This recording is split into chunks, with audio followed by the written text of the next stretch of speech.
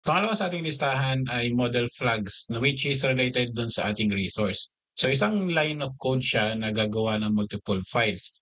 Mas mapapabilis yung ating paggawa ng mga related files. So for example, ay gagawa tayo ng product module sa ating project. So PHP Artisan, make model, product, lalagyan lang natin siya ng migration, factory, controller, and then resource.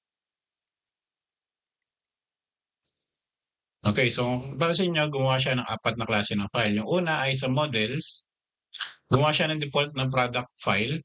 Then dun sa ating database, factories, gumawa siya ng product factory. So dito natin didefine yung ating mga model default. And then pangatlo ay yung ating migration.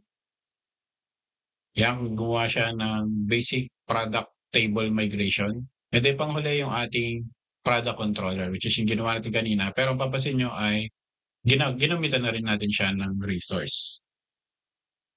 Okay? Madali lang at mabilis.